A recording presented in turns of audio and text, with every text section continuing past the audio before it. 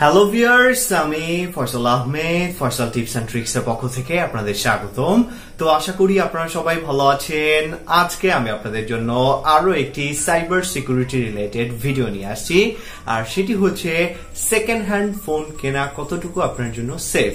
এটা নিয়ে আজকে আমি সম্পূর্ণ ডিটেলসে আলোচনা করব এবং সেকেন্ড হ্যান্ড ফোন কেনার আগে কোন বিষয়গুলো আপনার একান্তই জানা প্রয়োজন সবকিছু নিয়ে আজকে আমরা আলোচনা করব। তো চলুন শুরু করা যাক। তো প্রথমেই আসি যে আপনি যদি একটি সেকেন্ড হ্যান্ড ফোন কিনে থাকেন তো সেক্ষেত্রে আপনি কোন জটিলতার মধ্যে পড়তে পারেন।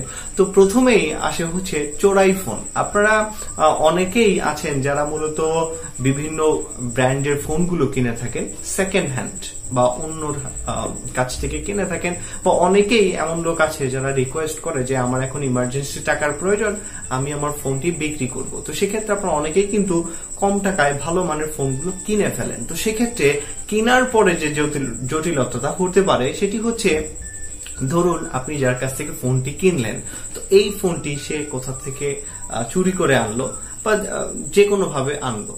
তো ফোনটি যদি ট্র্যাকিং এ রাখা হয় তো সেক্ষেত্রে আপনি যখনই আপনার সিম কার্ডটি এই ফোনের মধ্যে অ্যাটাচ করবেন তখনই আপনার সিম কার্ডের যে নাম্বারটি আছে সমস্ত নাম্বারটি আপনার পুলিশের কাছে চলে যাবে।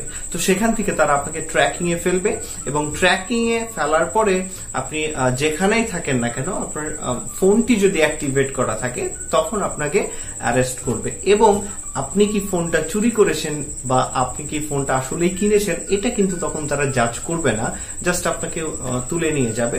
তো তারপরে আপনার উপরে বিভিন্ন সমস্যা হতে পারে, যেমন অনেকের উপরে কেসও হয়ে যেতে পারে, কেননা আপনি চোরাই ফোন কিনেছেন।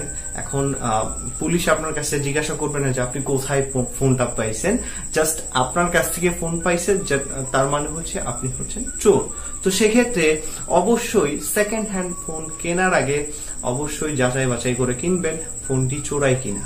আর সেকেন্ড হ্যান্ড ফোন কেনার আগে আরো একটি জিনিস মাথায় রাখতে হবে, সেটি হচ্ছে আপনি যখন কারো কাছ থেকে ফোন বা সেকেন্ড হ্যান্ড যে কোনো কিছুই কিনবেন ইলেকট্রনিক্স, তো সেক্ষেত্রে অবশ্যই যার কাছ থেকে ফোনটি কিনবেন তার একটি ন্যাশনাল আইডি কার্ডের ফটোকপি নেবেন এবং 1 কপি বিদ্যুৎ বিলের ফটোকপি আপনার কাছে রেখে দেবেন। কেননা আপনি সেকেন্ড হ্যান্ড জিনিস কেনার পূর্বে যদি এই কাজটা করে রাখেন তাহলে আপনি কেনার পরে যদি কোনো জটিলতায় পড়েন তাহলে আপনি এই ডকুমেন্টগুলো দিয়ে যে মূল আসামি তাকে কিন্তু আপনি আইডেন্টিফাই করে দিতে পারবেন। তো সেক্ষেত্রে আপনার তেমন জটিল সমস্যার মধ্যে পড়ার কোনো ওয়ে কিন্তু এখানে থাকে না।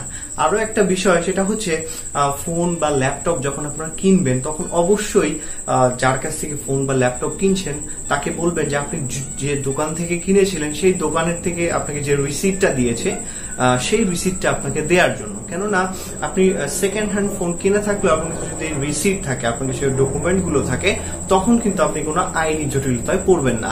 এছাড়া আপনি যদি সেকেন্ড হ্যান্ড ফোন কিনে থাকেন তাহলে কিন্তু অবশ্যই আপনি ধরা খেয়ে যাবেন। কেননা আপনি যদি যে আপগ্রেড ডিভাইস গুলো আছে, যেমন আপনার যে আইফোন, বড় দামি দামি অ্যান্ড্রয়েড যে ফোনগুলো আছে, এগুলো কিন্তু আইএমইআই ট্র্যাকিং সিস্টেম চালু থাকে। তো সেক্ষেত্রে এই ফোনগুলোই কিন্তু আপনারা অনেকেই কম দামে কিনে থাকেন। তো ফোনগুলো যদি আপনারা ভেরিফাইড হিসেবে না কিনে থাকেন তাহলে কিন্তু আপনারা বিপদে পড়ে যাবেন।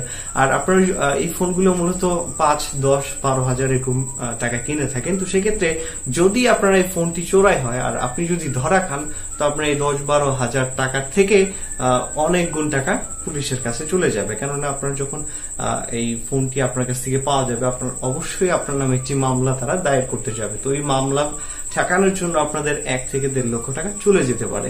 তো এরকম কিন্তু অহরহ হচ্ছে যে সেকেন্ড হ্যান্ড ফোন কিনে তারপরে দেখা যাচ্ছে ফোনটি চুরাই এবং আপনার কাছ থেকে পরবর্তীতে ফোনটি পাওয়া যায়, যার ফলে আপনি এটার ভিকটিম হয়ে যান। তো সেক্ষেত্রে অবশ্যই খেয়াল রাখবেন যে সেকেন্ড হ্যান্ড ফোন কেনার আগে যে আমি যে ইনফরমেশন গুলো বললাম এই ইনফরমেশন গুলো আপনাদের কাছে আছে কিনা।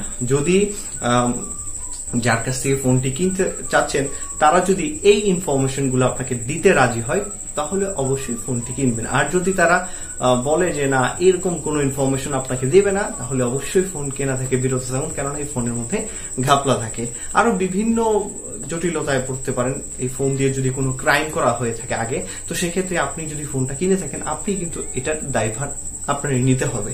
তো সেক্ষেত্রে আপনারা অবশ্যই ফোন কেনার আগে চোখ কান খোলা রেখে দেখে কিনবেন। তো আজকে এ পর্যন্তই, ধন্যবাদ সবাইকে।